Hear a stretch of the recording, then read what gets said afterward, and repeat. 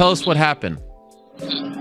You know, a lot of people don't recognize that when I had a CMC joint repair. So when I fought against Darren Till, in the first round, I threw a punch and I hit him with actually my thumb. The way he blocked, he stepped in, I hit the hard part of his skull, and that point, they hit like the joint of my thumb right here, and it basically popped the bone up, didn't break it, but it tore all the ligaments that attached it. So my hand was basically at a state of dislocation, and it was just extreme pain. I actually considered fighting Kobe Covington in New York very few weeks afterwards, and I just had to be real with myself. I wasn't able to grab, I wasn't able to pinch, I wasn't able to snap. So I began to rehab this hand, and then the Kamaru Usman fight came up.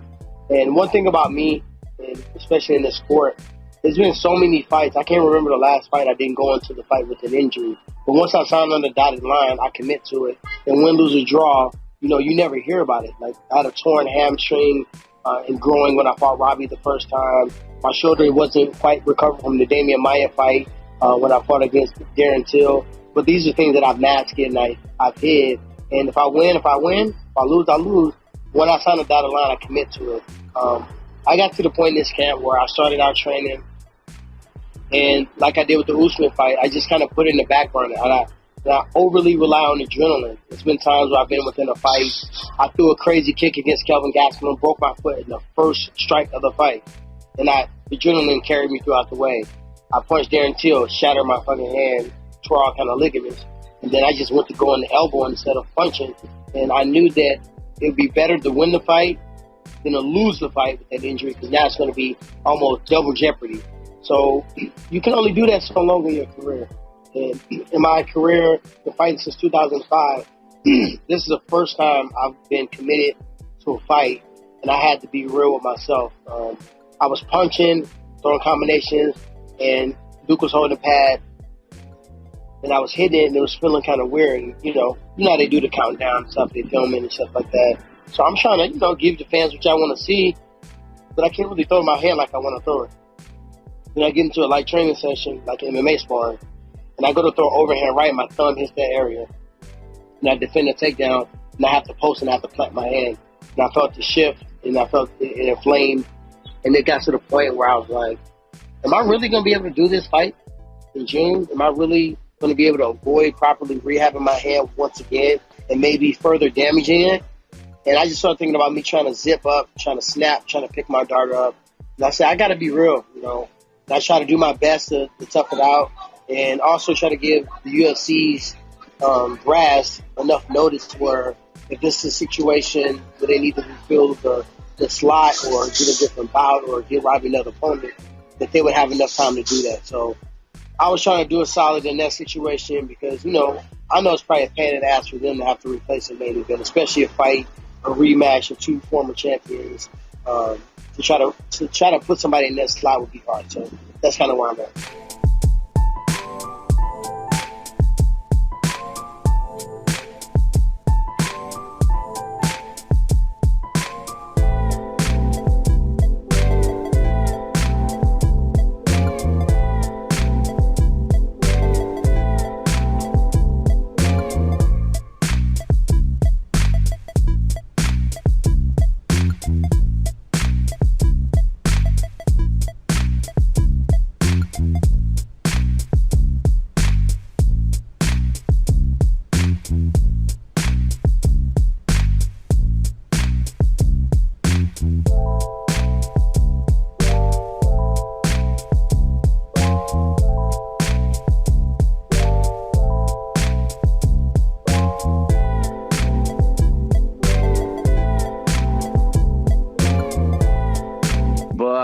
That's a lot of options out there. We'll see.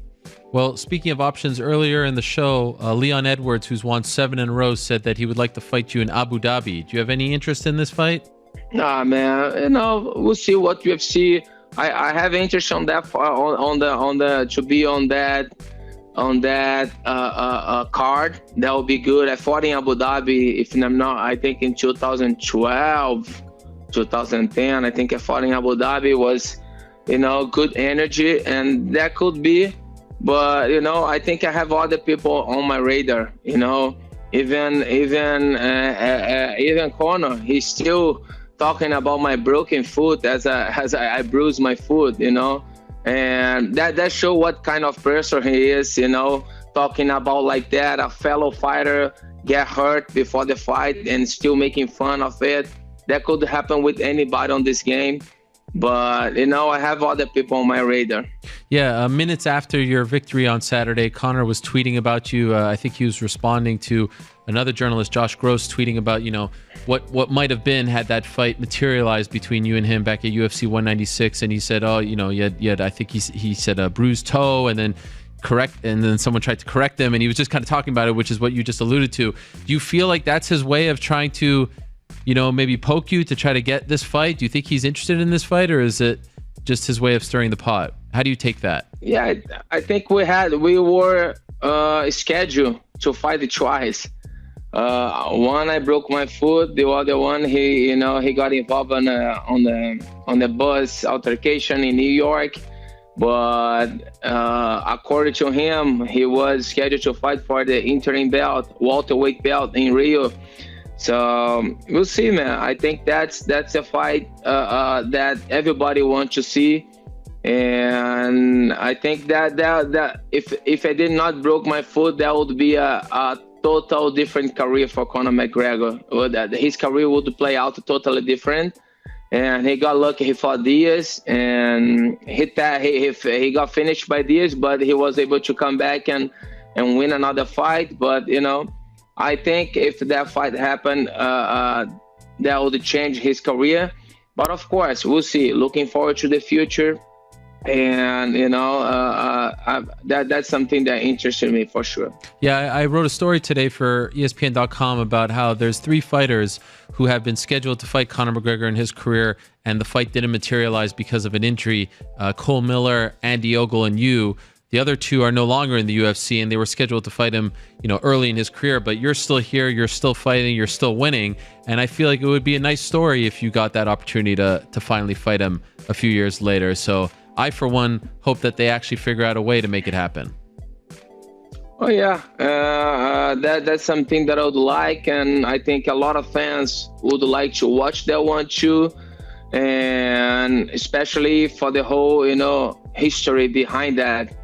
I injured 2 weeks before the fight, and